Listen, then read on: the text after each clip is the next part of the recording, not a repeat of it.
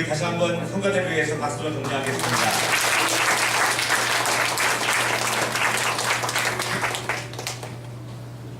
날씨가 선선해졌는데요. 가만보니까 앉아 계시는데 별로 힘이 없으신 것 같아요.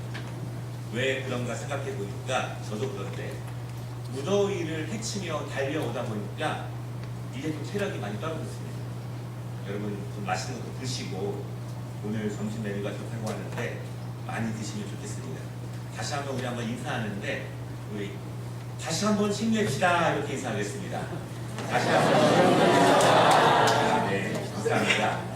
네, 무더위 후에는 또 긴 추위 후에는 좀 체력적으로 어려운 점이 있는 것 같습니다. 오늘 말씀을 통해서 같이 은혜를 나누기를 원합니다. 야고보서에 보면은요, 초대교회에 있었던 한 가지 문제점을 지적하는 모습이 있습니다. 교회에서 아름다운 옷을 입고 금 가락지를 끼고 들어오는 사람에게는 안내위원들이 좋은 자리로 인도합니다. 옷이 좀 남루하고 그리고 조금 허약해 보이는 사람이 교회에 올 때에는 저 구석으로 인도한다는 이야기가 야고보서에 나옵니다. 이 말씀의 핵심은 이것입니다. 성경은 사람을 차별하지 않는다. 복음은 모든 사람들을 자유케 하고 모든 사람들에게 평등한 은혜를 주십니다. 여러분 믿으시기 바랍니다. 그래서 우리의 믿음이 성장한다고 하는 것은 어떻게 증거로 삼을 수 있느냐? 사실은 다른 사람들을 대하는 자세의 성장을 통해서 우리의 믿음이 성장했다는 것을 알게 됩니다. 과거에는 좀 차별하기도 하고 좀 구분하기도 하고 외적인 모습으로 판단하기도 했지만 점점 내 믿음이 성장하는 증거가 무엇이냐면 약한 사람 보면 더 사랑해지게 되고 연약하고 허점이 많고 모난 사람 보면은 내가 더 품어줘야지, 더 기도해야지, 더 인내해야지 그런 마음이 생기는 것이 우리의 믿음이 성장해 가고 있는 그러한 모습입니다. 여러분 믿음의 사람들은 차별하지 않는다는 것을 기억하시기를 바랍니다. 우리나라 사람들끼리만 차별하지 않는 것이 아니라 외국인들, 우리나라 일하러 온 사람들, 여러 모든 나라 사람들은 전부 다 하나님의 자녀입니다. 우리가 그리스도의 사랑으로 함께 동등하게 살아가는 것이 더욱더 중요합니다. 그 사람의 외적인 환경, 그 사람의 조건, 그 사람들의 외모로 차별하는 것이 아니라 서로 사랑하는 것이고 그럴수록 더욱더 섬겨 나아가는 것입니다. 하나님 말씀은 우리에게 늘 말씀합니다. 외적인 것으로 사람을 판단하지 말라. 그 사람이 얼마나 많이 가지고 있는가 그것 때문에 더 높이 대하거나 낮추지 말아라. 그 사람이 무엇을 이룬 것, 그 사람의 사회적인 위치, 그 사람들이 만들어낸 결과 때문에 그 사람들을 더 높이거나 아니면 더 낮추지 말아라 이렇게 말씀하십니다. 외적인 열매라든가 외적인 결과를 가지고 그 사람을 판단하지 말라는 것입니다. 여러분 사무엘이 하나님의 명령을 받고 왕을 세우는데요. 2세 아들들을 쭉 세워놓고 한 명씩 면접을 보는데 큰아들 엘리압을 보고 마음에 흠뻑 들었습니다. 왜냐하면 키도 크고 잘생겼고 멋졌습니다. 요즘 이런 말이 있더라고요. 잘생기면 다 용서가 된다. 똑같은 말을 해도 좀 그렇지 않으면 용서가 잘 안 되는데 잘생기면 용서가 된다 그렇게 얘기하더라고요. 사무엘이 큰아들 엘리압의 멋진 모습을 보고 흠뻑 반했는데 그때 하나님이 말씀하십니다. 사람들은 외모로 판단을 하지만 나 여호와는 그 사람의 중심을 본다. 그리고 하나님께서는 어린 막내 아들 다윗을 선택하셨습니다. 여러분 하나님께서는 외적인 것, 그 사람이 가진 것, 그 사람이 이루어낸 것을 보시지 않고 그 사람의 중심을 보십니다. 믿으십니까? 좀 위로가 되십니까? 이러면 좀 위로가 될 수 있죠. 한 교회에 장로님이 계시는데요. 우리나라의 중견기업의 회장님이십니다. 한 200명 정도가 출석하는 교회인데 장로님이 교회 건축을 혼자 거의 다 하셨습니다. 또 교회 재정의 대부분을 감당하십니다. 작년에 전교인 수양회를 갔다 왔는데요. 이 교회가 장로님의 회사에서 관광버스를 대여를 쫙 해가지고 그 회사에서 운영하는 리조트에서 3박 4일 동안 편안하게 지내다 왔다 그 이야기를 들었습니다. 가진 것이 많으니까 큰 일을 한 것입니다. 기독교 방송을 보다 보면은요, 가끔 이러한 장로님 같은 분들, 그런 기독교 사업가들을 많이 보게 됩니다. 사업적으로 성공을 해서 선교하는 것과 교회와 또한 여러 어려운 사람들을 돕고 전 세계에 많은 사랑을 행하는 일에 앞장섰던 그런 모습들이 간증자로 많이 나옵니다. 우리는 그런 모습을 보면서 칭송하기도 하고 격려하기도 하고 몸받기도 하고 나도 저렇게 돼야지 이런 마음을 갖습니다. 어떤 면에서 외적으로 결과를 내고 외적으로 성공한 사람들이 사실은 많은 일을 한 것처럼 보이기도 합니다. 어느 교회 학교에서 성경 암송 대회를 했습니다. 근데 항상 한두 아이가 매번 상을 독점합니다. 그런데 어떤 아이는 항상 상을 못합니다. 근데 그 상을 못하는 아이가 이렇게 얘기하는 거예요. 저는 머리가 아픈가 봐. 10시간이나 외웠는데 잘 안 외워져요. 어떤 아이는 머리가 좋아서 1시간 정도 외우면 달달달 외워집니다. 그런데 다른 아이는 10시간을 외워도 잘 안 외워집니다. 성경을 잘 외운 아이는 신실하고 항상 칭찬을 받지만 10시간이나 외우고도 잘 못 외우는 아이는 노력을 별로 안 하는 사람이다. 이렇게 평가를 받습니다. 하나님이 그 마음의 중심을 어떻게 보실까요? 사실은 교회 안에서도요, 결과를 만들어내고 외적인 열매로 신앙의 모습을 따지는 것들이 많이 있습니다. 성경 퀴즈대회가 있죠. 찬양대회가 있습니다. 성경 쓰기가 있고 암송대회도 있습니다. 또 새벽 기도 때 통독 새벽 기도회도 있습니다. 개근하는 상을 타고 매번 성경을 잘 쓰고 항상 잘하는 분들이 있습니다. 아주 신앙이 좋은 것으로 평가받습니다. 반면에 상이 걸리거나 개근을 하는 것, 꾸준히 하는 것은 잘 못하는 분도 있습니다. 이런 생각을 해봅니다. 교회 안에서 혹은 밖에서 어떠한 결과를 만들어내는 것과 그렇지 못한 것들, 그것이 우리의 신앙의 본질과 어떠한 관계가 있을까? 사업으로 성공해서 크게 봉사하는 것, 꼭 하나님이 그것만 기뻐하실까? 아니면 중심이 있으면 하나님이 원하실까? 교회 여러 프로그램에서 열심히 참석하여 좋은 성적을 내는 분들이 있는데 하나님이 기뻐하시는가? 아닐까? 하나님이 중심을 보신다고 하시는데 우리의 중심만 온전하면 되는 것은 아닐까? 여러분, 오늘 제목이요, 하나님이 우리에게 결과만을 요구하시는가? 그렇지 않습니다. 그렇지 않다면 하나님께서 우리에게 무엇을 원하시는가? 이 달란트 비유를 통해서 두 가지로 함께 말씀을 나누고자 합니다. 첫째로는요, 많이 남긴 자가 칭찬을 받는 것은 사실입니다. 오늘 말씀은 달란트 비유입니다. 달란트는 당시에 금으로 된 화폐의 단위이죠. 주인이 타국으로 떠나면서 종들에게 달란트를 나누었습니다. 그리고 그것을 가지고 열심히 일해서 장사하여서 많은 것을 남겨라, 그렇게 명령을 하고 떠납니다. 오랜 시간 후에 주인이 돌아옵니다. 그리고 종들을 모아놓고 그동안 얼마나 장사를 잘했는지 평가회를 갖게 되고 결산을 하게 됩니다. 이 말씀이 우리에게 어떻게 적용이 되느냐?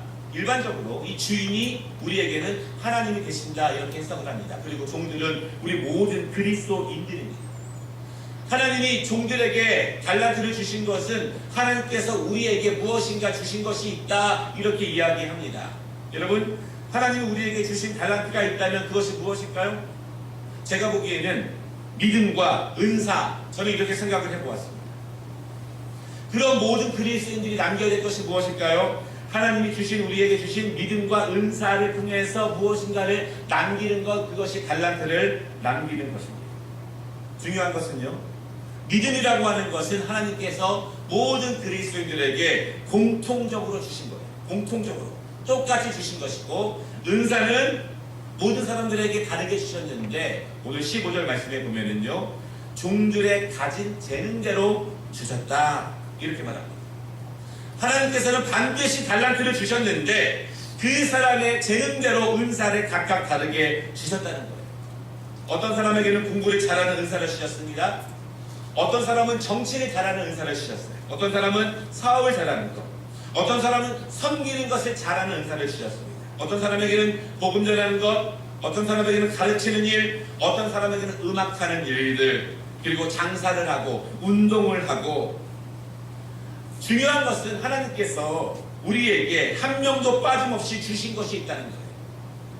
받은 양은 다 다릅니다. 많이 받은 사람도 있고 적게 받은 사람도 있습니다. 아주 조금 받은 사람도 있습니다. 분명한 것은요, 하나님께서 각각 다르게 주셨는데 그것을 가지고 각각 자기의 자리에서 자기의 방식으로 최선을 다해서 하나님께 영광을 위해서 장사하여 남겨라. 그것이 공통된 이 주인의 명령입니다. 비록 내가 다른 사람보다 지능이 좀 떨어져도, 운동 능력이 좀 없어도, 음악적인 재능이 없어도, 미술적인 재능, 수학적인 재능, 사업적인 재능, 이러한 것들이 내가 때로는 적게 받고 때로는 많게 받기도 하였지만, 중요한 것은 받은 것을 토대로 장사하여 열심히 많은 것을 남겨라. 이것은 우리에게 주신 똑같은 그런 사명입니다. 우리는 이 이야기를 잘 알고 있죠. 여러분, 그런데 주인이 돌아온 후에 이제 주인이 남긴 사람에 대해서 세 가지 반응을 주고 있습니다. 첫 번째, 어떤 것이냐면 남긴 사람에게는요, 칭찬을 주십니다. 여러분, 성경에서 우리가 외적으로 많은 것을 남겼다고 해서 하나님이 칭찬하시는 경우가 많지는 않습니다. 하나님은 우리의 중심을 보십니다. 칭찬을 하는 경우가 많지 않은데 무엇인가 남긴 것에 대해서 오늘 칭찬을 하고 있습니다. 중요한 것은요, 많이 남긴 사람은 더 많이 칭찬하고 조금 남긴 사람은 조금 칭찬하는 것이 아니라 남긴 사람에게는 많이 남겼든지 조금 남겼든지 똑같이 칭찬을 하셨다는 것을 우리가 기억해 볼 필요가 있습니다. 두 번째, 주인이 결산을 하면서 어떻게 평가를 하냐면 더 많은 것을 맡기게 됩니다. 5달란트 받은 사람은요, 열심히 장사를 해서 5달란트를 남겼습니다. 그랬더니 21절에 주인이 그 모습을 보고 이렇게 말합니다. 내가 잘하였도다. 잘하였으니 내가 더 많은 것을 너에게 맡기겠다. 이렇게 말합니다. 어찌 보면 주인이 처음 5달란트를 맡긴 것은요, 주인의 테스트와 같습니다. 처음에 5달란트를 주고 열심히 장사해보고 열심히 노력해보고 더 많은 것을 남긴 사람에게는 더 많은 것을 맡기겠다. 이렇게 우리가 이 말씀을 볼 수 있습니다. 여러분, 2달란트를 받은 사람은 2달란트를 남겼습니다. 5달란트 받은 사람만큼 많이 남긴 것은 아닙니다. 그런데 23절에 보면은요, 이 사람에게도 더 많은 것을 맡길 것이다. 이렇게 말합니다. 주인의 테스트에 통과하면 주인은 분명히 더 많은 것을 맡긴다고 합니다. 처음에 주신 것은 5달란트, 2달란트인데 그것이 끝이 아니라는 거예요. 그것으로 끝나는 것이 아니라 그것에 대한 결과를 보고 더 많은 것을 맡길 것이다. 이렇게 이야기합니다. 처음부터 많은 것을 맡기지 않습니다. 처음에는 적은 것을 주고 잘 감당하는지, 열심히 노력하는지, 장사를 잘 하는지를 보고 그 이후에 주인이 더 많은 것을 맡기신다는 것입니다. 여러분, 21절과 23절에 보면은요, 5달란트를 남겼고 2달란트를 남겼는데 그 사람에 대해서 뭐라고 말하냐면 적은 일, 이렇게 말합니다. 적은 일에 충성했다. 이렇게 말합니다. 다시 말하면 작은 일부터 잘하고 작은 일부터 충성해야 큰 일을 맡는다는 것입니다. 내가 어디 있든지 그렇습니다. 내가 교회에 있든지 사회에 있든지 직장에 있든지 어떤 일을 하든지 어디에서 무엇을 하든지, 여러분, 작은 일에 잘할 때 큰 일을 맡기는 것은 세상 어디에서나 통하는 그런 법칙이에요. 여러분, 그렇지 않습니까? 하나님께서 말씀하시는 우리가 주신 것, 그것 가지고 어디에서, 우리의 삶의 자리에서, 때론 직장에서 하나님이 주신 것을 마음에 품고 그 자리에서 최선을 다해서 남길 때 더 큰 것을 맡겨주신다. 이렇게 말씀하십니다. 왜 더 큰 것을 나에게 주시지 않습니까? 왜 기회를 주시지 않습니까? 이렇게 말할 필요 없다는 겁니다. 하나님이 그렇게 인도하십니다.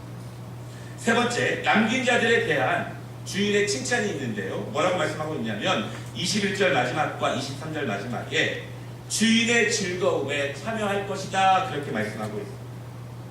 남긴 종들에 대해서는요, 주인의 즐거움에 참여한다, 이렇게 말합니다. 여러분, 주인의 즐거움이 무엇일까요? 이 말씀은 종말론적인 말씀입니다. 장차 주인이 올 것이다. 그때 주인이 잔치를 베풀 것이다. 그리고 남긴 사람들은 그 잔치에 초대될 것이다, 그렇게 말씀하시는 것입니다. 중요한 것은 여러분, 얼마나 많이 남겼느냐가 중요하지 않습니다. 결국 조금이라도 받은 것을 가지고, 안 받은 것이 아니라 받은 것을 토대로 열심히 해서 남기면 그 모든 사람은 마지막 주인의 잔치 자리에 참여하게 되고 그 자리에서 함께 즐거움을 나눌 것이다, 그렇게 말씀하셨습니다. 여러분, 이런 의미에서 우리가 매 순간 최선을 다하는 것은 중요합니다. 어떤 면에서 신앙생활의 결과가 중요하기도 합니다. 퀴즈대회에서 상을 받고, 전도를 많이 하고, 풍족 새벽 기도회에 힘들지만 개근을 하고, 선교 사역을 감당하고, 세상에서 내가 어려운 사람들을 위해 봉사하고, 전 세계 어두운 곳에서 그들에게 밝히는 일을 하는 것들 굉장히 중요해요. 열매를 맺는 것이 중요하다는 것입니다. 왜냐하면 여러분, 열심히 하지 않는데 열매가 생기는 경우는 없습니다. 마음만으로는 열매가 맺히지 않습니다. 정말 열심히 해야 열매가 맺혀지는 것입니다.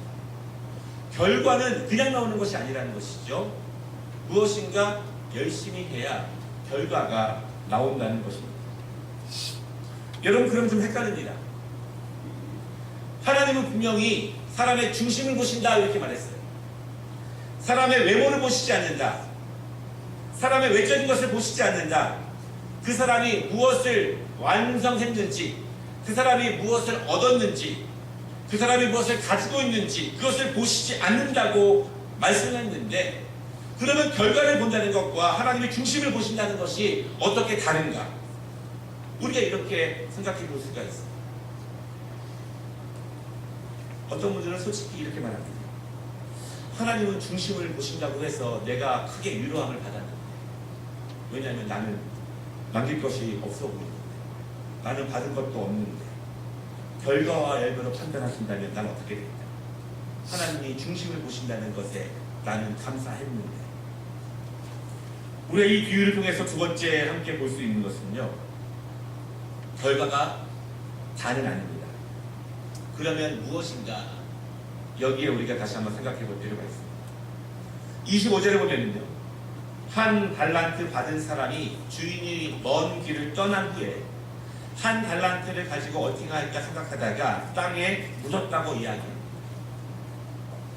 그런데 이 사람이요, 24절에 보니까 주인에 대해서 뭐라고 말하냐면, 주인은 굳은 사람이요, 심지도 않고 거두기를 바란다, 이렇게 말합니다. 주인을 비판하는 거예요. 한 달란트 받은 사람은 도리어 주인을 비판합니다. 왜 비판했을까요? 사실은 이유가 있어요. 오늘 우리가 함께 읽은 이야기를 보면은 19절에 주인이 돌아와서 결산을 하는데 종들과 함께 결산을 합니다. 종들을 다 모아놓고 그 가운데서 한 명씩 결산을 합니다. 이 한 달란트 받은 종의 입장에서는요, 주인이 5달란트 받은 사람들, 2달란트 받은 사람들, 그리고 그들이 남긴 것을 보고하는 것, 그리고 주인이 그들에게 어떻게 칭찬하는 것을 옆에서 다 보고 있습니다. 그리고 그들에게 주인의 잔치에 함께 참여해서 즐거움을 나눌 것이다, 그렇게 이야기하는 것을 옆에서 다 보고 있습니다. 이제는 몇 차례가 된 거예요. 몇 차례가 되었어요. 자신의 결과는 이미 자기가 압니다. 나는 한 달란트를 땅속에 묻었습니다. 받은 것은 분명히 있는데 땅에 묻었습니다. 그리고 그대로 주인에게 가져왔습니다. 다른 종들은 무엇인가를 남겨서 칭찬을 받았는데 자기 자신은 칭찬을 받지 못할 것을 이미 그 모습을 통해서 알아버렸습니다. 그리고 주인을 비판하기 시작합니다. 제가 한 달란트 받은 사람의 모습일 거라고 생각을 했습니다. 그래서 그 입장에서 한번 생각을 해봤어요. 왜 나라면 왜 이런 비판을 했을 것인가? 이럴 수 있습니다. 왜 저들에게는 많이 주고 나에게는 조금밖에 주시지 않았는가? 이런 생각도 있습니다. 나는 나름대로 최선을 다했는데 저 사람들이 저렇게 열심히 할 줄을 내가 어떻게 알아요? 저렇게 열심히 할 줄 알았으면 나도 좀 열심히 했을 것 같아요. 나도 최선을 다했지만 저들이 저렇게 열심히 할 줄을 몰랐다는 것이죠. 나도 내 나름대로 방법을 고안하고 최선을 다했는데 왜 주인은 결과만을 가지고 판단하는가? 내가 최선을 다해서 생각해낸 그 방법과 그 노력은 왜 인정하지 않는가? 왜 결과만 가지고 주인은 판단하는가? 그렇게 말할 수 있습니다. 여러분, 한 달란트 받은 사람의 말이 맞을까요? 그렇게 생각하십니까? 분명한 것은요, 최선을 다했다고는 하지만 아무것도 안 한 것은 사실입니다. 아무것도 안 한 건 사실입니다. 최선을 다한 건 맞습니다. 그러나 아무것도 안 한 것은 사실입니다. 우리는 한 달란트 받은 사람의 행동이라든가 이 사람이 주인을 비판하는 것에 대해서 아무도 동의하지 않습니다. 그렇지만 주인이 결과만을 놓고 5달란트를 남긴 사람과 2달란트를 남긴 사람에 대해서만 칭찬하는 것에 대해서는 뭔가 아쉬움이 있어요. 왜냐하면 나도 혹시 한 달란트 받은 사람들 같은 모습이 있지 않을까 그런 생각을 해보게 되면 한 달란트 받은 사람이 잘한 것은 아니지만 주인이 꼭 결과만을 보고 칭찬한 것에 대해서는 허전함과 아쉬움이 우리 모습 가운데 있는 것이 사실입니다. 왜냐하면 오늘 30절에 있는 것처럼 혹시 우리에게도 이 무익한 종을 바깥 어두운 데로 내쫓으라 거기서 슬피 울며 이를 갈리라 혹시 이 말씀이 나에게 해당되는 말씀이 아닌가 두렵기 때문에 우리는 5달란트와 2달란트 받은 사람이 상을 받는 것은 동의하지만 주인이 꼭 그렇게 결과로만 상을 줘야 되는가 그거에 대해서는 아쉬움이 있다는 그런 말씀입니다. 여러분, 제가 여러분의 마음을 시원하게 해드리겠습니다. 오늘 제목을 다시 한번 보면 결과가 다는 아니다. 그러면 무엇인가 이것입니다. 제가 이 말씀을 읽으면서 다음과 같이 결론을 내렸습니다. 한번 읽어보겠습니다. 하나님은 무엇을 남기고 어떤 열매를 맺었는가? 다른 사람과 비교해서 얼마나 더 많이 더 좋은 열매를 남겨신가 그렇게 물으시는 분은 아니다. 더군다나 사람들이 남긴 열매를 통해서 사람들을 차별하거나 구별하시는 분은 더더욱 아니다. 분명합니다. 하나님의 관심은 최선, 최고의 것, 많은 것이 아니라 최선, 내 환경에서, 내 상황에서. 여러분, 목회자들의 예를 들어볼게요. 만약에 하나님께서 얼마나 큰 교회, 얼마나 많은 성도들, 얼마나 큰 건물을 모으신 것을 가지고 수십여 년간을 가지고 하나님이 그 목사의 모든 것을 판단해 버리신다면 전 세계에 있는 목사 중에서 90% 이상은 다 지옥 가요. 아무것도 아는 것이 됩니다. 결과로 보면 여러분 그렇지 않습니까? 결과로 보면 아무것도 아닌 거예요. 그런데 하나님이 보신다는 거예요. 최선, 저 시골교회에서 5명 놓고 목회하는 그 목사의 최선. 제가 말씀드렸죠. 제 친구예요. 천안에서 개척을 했는데 6개월 동안 새벽에 아무도 없어요. 그러나 6개월 동안 새벽 3시 반이면 교회에 와서 양복을 입고 아무도 없는데 혼자 찬양을 부르고 혼자 설교를 합니다. 혼자 통성기도를 합니다. 그렇게 6개월, 1년을 가는 거예요. 목사의 입장에서 교인의 숫자가 많고 적고 교회가 얼마나 크냐 중요한 것이 아니라 그 있는 자리에서 최고로 최선을 다하고 있느냐 하나님이 그것을 보신다는 것입니다. 하나님께서 여러분들이 얼마나 많이 남겼는가 결과를 보시지 않습니다. 그러나 최선을 다하는 것을 보신다는 것은 꼭 기억하시기를 바랍니다. 오늘 말씀에서 달란트를 말씀드릴 때 제가 믿음과 은사이다 이렇게 말씀을 드렸습니다. 여러분, 믿음은 모든 사람에게 동일하게 주셨습니다. 그런데 결국 믿음의 차이가 최선을 다하느냐의 차이를 만들어냅니다.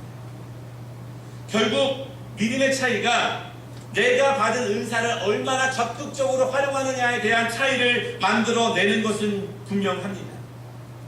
그러므로 우리의 최선은 결국 우리의 믿음과 관련이 있는 것이 사실입니다. 하나님은 우리에게 아무것도 안 주신 것이 아니라 우리에게 모든 성도들에게 동일한 믿음을 주셨지만 믿음에 대한 반응은 다 다릅니다. 어떤 사람은 그 믿음을 가지고 열심히 일하여서 최선으로 믿음이 나타나는 사람이 있지만, 어떤 사람은 믿음이 있지만 대충으로 인도하는 사람이 있습니다. 어떤 사람은 믿음이 있지만 적당히 이렇게 인도하는 사람도 있다라고 하는 것입니다. 하나님은 결코 최고, 많은 것, 다른 사람과 비교해서 좋은 것, 이것을 말씀하시진 않지만 최선을 다했느냐, 그것만 가지고 판단하신다는 것을 여러분 믿으시기를 바랍니다. 하나님이 만약에 결과만 가지고 판단했다면 이 땅에 험한 사람이 너무나 많이 있습니다. 초대교회의 어린아이가 부모의 손에 이끌려서 그냥 현장의 이슬로 사라져버린 아이들이 있습니다. 우리나라의 양아지무지에 가십시오. 선교사의 자녀로 태어났다는 이유만으로 하루 만에, 며칠 만에 그냥 이 땅에서 죽은 사람들이 너무나 많이 있습니다. 그들은 도대체 무슨 결과를 만들어내었습니까? 너무너무 가난해서 아무것도 감당할 수 없어서 성전에 앉아서 새벽마다 밤마다 울며 그렇게 간 사람들, 6.25 때, 일제시대 때, 조선 말에 우리나라 산업화 시대 때 얼마나 그렇게 많은 사람들이 있었겠습니까? 그들은 무슨 결과를 만들어냈습니까? 부자가 많은 것을 드릴 때 울며 떨리는 손을 가지고 2렙돈을 올려드렸던 그 과부는 무슨 결과가 있습니까? 여러분, 결과는 필요하지 않습니다. 하나님은 결과, 열매, 그 사람이 무엇을 만들어냈느냐, 그것을 보시지 않는다는 거예요. 다만 하나님이 보시는 것은 우리의 중심이라는 거예요. 최선, 그 환경에서 무엇을 근거로? 하나님의 모든 사람에게 동일하게 주신 믿음을 근거로 최선을 다해. 하나님은 그것을 보신다는 사실을 여러분 믿으시기 바랍니다. 최선을 다했으면 괜찮습니다. 최선을 다했으면 아무것도 남기지 않아도 정말 괜찮습니다. 하나님은 우리가 무엇을 남기느냐, 그것을 가지고 보시는 것이 아니라 하나님은 내 마음 전심으로, 온전함으로 우리에게 각자에게 주신 믿음을 가지고 하나님을 의지해 나아가는, 우리의 삶 속에서, 내 직장에서, 학교에서, 내가 있는 그곳에서 최선을 다해서 내가 살아가고 있느냐, 그것을 보신다는 것입니다. 말씀을 마치겠습니다. 오늘 21절과 23절에 보면은요, 잘하였도다 착하고 충성된 종아, 이렇게 말합니다. 영어로 보니까 wonderful, good, faithful servant, 이렇게 말합니다. 대단하다, 정말 잘했다, 신실한 종아. 여러분, 중요한 것은요, 신실한 종이에요. 이것이 제일 중요해요. 한글 성경에는 충성된 종, 이렇게 표현되어 있습니다. 여러분, 제가 한번 여쭤보겠습니다. 바른 믿음이 있으면, 바른 믿음이 있으면 바른 마음으로 인도가 될까요? 바른 믿음이 있으면 신실함으로 인도가 될까요? 바른 믿음이 있으면 자신의 삶에 최선을 다하는 삶으로 인도가 될까요? 인도가 됩니다. 결국 우리의 중심은, 최선은 우리 신령 가운데 있는 바른 믿음으로 시작됩니다. 바른 믿음. 내 기준, 내 상황이 아니라 하나님께서 우리 모든 사람들에게 말씀을 통해서 동일하게 주신 그 바른 믿음. 여러분, 분명한 것은 아무것도 남기지 못했다고 해서, 내가 저 사람보다 조금밖에 남기지 못했다고 해서 괴로워하지 마십시오. 기뻐하십시오. 최선만 다했으면 하나님이 절대로 우리의 결과로 판단하시지 않습니다. 다만 우리의 중심을 하나님께 온전히 올려드리는 우리 아름다운 교회 성도들이 되시기를 주님의 이름으로 축원합니다. 기도하겠습니다.